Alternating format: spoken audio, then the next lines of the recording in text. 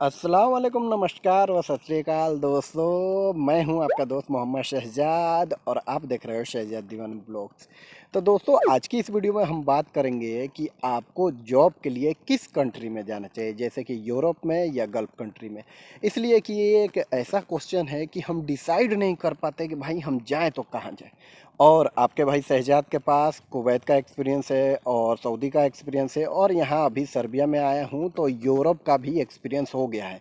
और जो मैं चीज़ आपको बताता हूँ वो प्रैक्टिकल बताता हूँ। तो आज की इस वीडियो में जितने भी आपके डाउट्स हैं ना वो क्लियर कर दूंगा, जैसे कि यूरोप में फ्यूचर है कि गल्फ़ में फ्यूचर है, वीज़ा किसका आसानी से मिल सकता है, सर्विस चार्ज कितना लगेगा, और भी जितने भी आपके डाउट्स हैं ना वो टोटल क्लियर कर दूंगा। ठीक है, इसलिए कि ये वीडियो अगर आप एंड तक देखोगे तो आप एक अच्छा डिसीजन ले पाओगे कि भाई आपको गल्फ़ जाना है कि यूरोप जाना है अपने सिचुएशन के अनुसार। ठीक है, और फ्यूचर कौन से कंट्री में अच्छा है। तो चलिए वीडियो को शुरू करते हैं। तो वीडियो को स्टार्ट करने से पहले मैं आप लोगों से कहूँगा कि अगर आपको जानना है कि वीज़ा कैसे मिलता है, जॉब कैसे मिलता है, तो भाई चैनल को सब्सक्राइब कर लेना और साथ ही साथ बेल आइकन भी दबा देना, ताकि जो भी वीडियो अपलोड करूँ नोटिफिकेशन के जरिए आपको मिलता रहे। और जितने भी मेरे पुराने व्यूअर हैं उनसे रिक्वेस्ट करूँगा कि इस वीडियो को अभी लाइक कर दे। और एक यूट्यूब का फीचर आया है यार, लाइक करके तो देखो कितना अच्छा सिंबल आ रहा है, जैसे ही लाइक करोगे आपको भी मज़ा आ जाएगा। तो चलिए वीडियो को शुरू। सबसे पहले हम बात करेंगे एज के बारे में और एक्सपीरियंस के बारे में कि अगर आप इन दोनों कंट्री में से किसी कंट्री में जाना चाहते हो, जैसे यूरोप या गल्फ, तो आपका जो एज होना चाहिए वो कितना होना चाहिए और आपका जो एक्सपीरियंस होना चाहिए वो कितना होना चाहिए। तो देखिए, आपका जो एज होना चाहिए जाने के लिए वर्क परमिट में, तो आपका एज होना चाहिए 20 सालों से कम नहीं होना चाहिए। वो इसलिए कि 18 साल के बाद हम अपना एक्सपीरियंस शो करते हैं। तो 18 तो आपका एज हो गया, 2 सालों का एक्सपीरियंस शो करोगे तो 20 साल हो गया, यानी 2 सालों का एक्सपीरियंस आपके पास है। तो कोई भी कंपनी के लिए अगर आप इंटरव्यू दोगे तो उसमें आपका सिलेक्शन होने का चांस है, लेकिन इससे कम एक्सपीरियंस रहेगा तो थोड़ा प्रॉब्लम होगा। और रही बात 45 साल कि 45 सालों के बाद क्यों नहीं जा सकते, तो 45 सालों के बाद ऐसा होता है कि भाई बहुत ऐसी कंपनियां हैं, 90% ऐसी कंपनियां हैं कि जो 45 सालों के बाद कैंडिडेट को हायर नहीं करती। तो आप समझ गए कि 2 सालों का एक्सपीरियंस होना चाहिए और मिनिमम एज जो है वो 20 साल से लेकर के 45 साल होना चाहिए। ठीक है, पॉइंट ये है कि हमें वीज़ा का सर्विस चार्ज कितना लगेगा, यानी कि अगर आप वीज़ा अप्लाई कर रहे हो तो वहाँ जाने के लिए कितना पैसा लगेगा, यूरोप के लिए कितना लगेगा और गल्फ कंट्री के लिए कितना लगेगा। तो देखिए, अगर आप ट्रेवल एजेंसी के थ्रू वीज़ा अप्लाई कर रहे हो गल्फ के लिए तो आपका लगेगा 50 से 60 हज़ार रुपये, इससे ज़्यादा नहीं लगेगा। ठीक है, और 50 से 60 हज़ार रुपये में आप आसानी से गल्फ कंट्री में जा सकते हो, जैसे Saudi, Dubai, Oman, Bahrain, Qatar.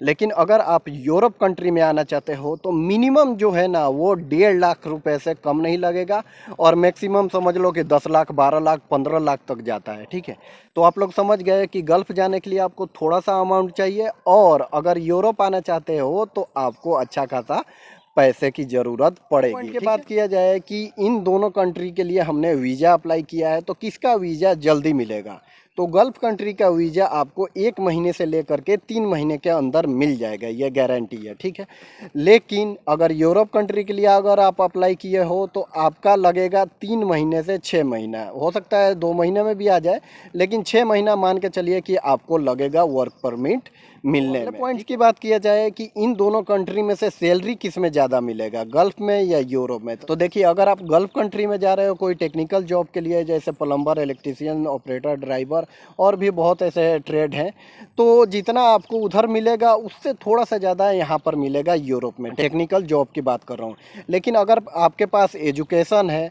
आप ग्रेजुएट हो और अच्छे खासे पढ़े लिखे हो तो आपके लिए यूरोप अच्छा है। वो इसलिए कि यूरोप में सैलरी अच्छा मिलता है अगर आपके पास एजुकेशन अच्छा है तो। ठीक है, कंपेयर टू गल्फ की बात किया जाए कि फ्यूचर कहाँ पे अच्छा रहेगा, गल्फ कंट्री में या यूरोप कंट्री में, तो देखिए, गल्फ कंट्री में आप 20 साल, 30 साल, 40 साल, 50 साल आप काम करोगे फिर भी आपको वहाँ का नेशनलिटी नहीं मिलेगा।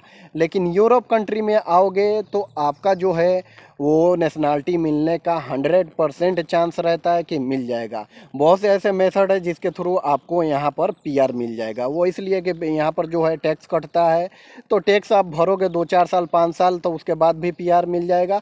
और जो लोग सिंगल है वो आकर के यहाँ पर शादी कर लेते हैं तो तुरंत पीआर मिल जाता है। तो भाई यहाँ पर फ्यूचर इसलिए अच्छा है यूरोप में कि भाई यहाँ पर अगर आप रहिएगा तो आपका जो सैलरी, मान लो इंडिया का 40,000 रुपये बन रहा है स्टार्टिंग में, तो उसको 2-4 साल बाद आपका क्या होगा कि 60,000 70,000 ऐसे होगा। यानी कि यहाँ से छोड़ करके वहाँ काम कर सकते हो, वहाँ से छोड़ करके वहाँ काम कर सकते हो। लेकिन गल्फ में अगर 40,000 मिल रहा है तो आप 20 साल करो या 30 साल करो, आपका जो सैलरी है वो 40 से 60,000 तक या 80,000 तक सीमित रहेगा। लेकिन यहाँ का लिमिट नहीं है, वो एकदम 40,000 से 4 लाख तक भी पहुँच सकता है। वो डिपेंड करता है कि आप कितना एक्टिव। अगले पॉइंट की बात किया जाए कि आपको किस कंट्री के लिए जाना चाहिए, गल्फ में या यूरोप में। तो देखिए, अगर आपका एज है 20-21 साल या 25 साल के अंदर हो और आपका जो शादी वगैरह नहीं हुआ है और आपने तय किया है कि भाई मैं यूरोप में जाऊंगा और इधर आकर शादी करूंगा और यहीं सेटल हो जाऊंगा, तो उनके लिए वेलकम है, वो आ सकते हैं।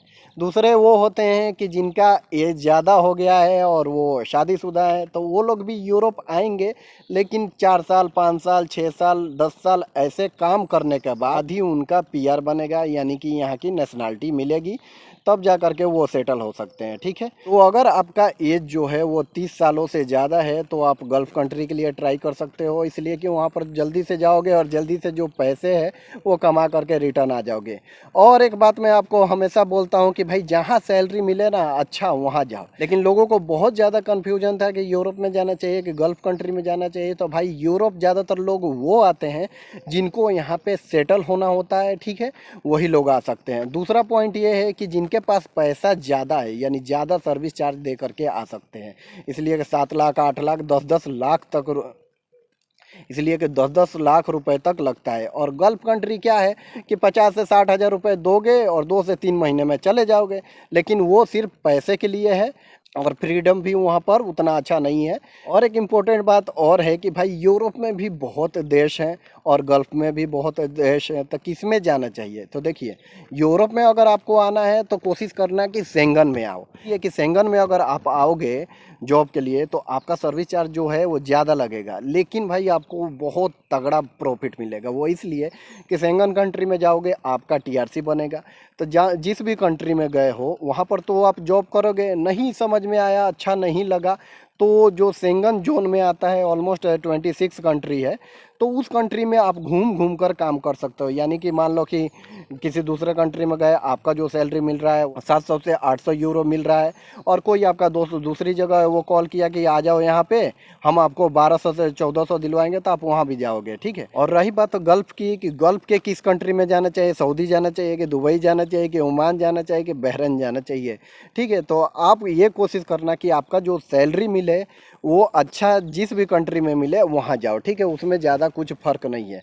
अब एक बात और है कि भाई गल्फ़ में भी बहुत ऐसे कंट्री है जिसमें थोड़ा फ्रीडम मिलता है, जैसे दुबई, कुवैत, ओमान भी है, वहाँ पर आप काम भी कर सकते हो और थोड़ा घूम भी सकते हो। ठीक है, लेकिन यूरोप के आप किसी भी कंट्री में चल जाओ, आप फुल इंजॉय करोगे। ठीक है, जॉब भी करोगे और आपको फुल फ्रीडम है। ठीक है, तो यहाँ पर थोड़ा जो पैसा है थोड़ा सेविंग कम होता है, और गल्फ में क्या है कि आपका थोड़ा पैसा भी सेविंग हो जाता है। तो ये सब मैं जितने भी आपको बातें बताया अपने एक्सपीरियंस के अनुसार बताया, तो आप डिसाइड कर लेना कि आपको किस कंट्री में जाना है। अगर आपके पास पैसा थोड़ा सा है तो गल्फ कंट्री में जाओ, 1-2 साल काम करो और उसके बाद यूरोप के लिए ट्राई करो। और अगर आपके पास पैसा अच्छा खासा है तो डायरेक्ट आप यूरोप के शेंगन कंट्री में जाने की कोशिश करो। ठीक है, तो दोस्तों उम्मीद करता हूँ मेरे इस दिए गए जानकारी से आपको ये मालूम पड़ गया होगा कि आपको किस कंट्री में जाना है। ठीक है, तो वीडियो पसंद आया होगा तो लाइक करना, शेयर करना और सब्सक्राइब करना बिल्कुल नहीं भूलना। और हर बार की तरह कहना चाहता हूँ कि सुनो सबकी, करो अपने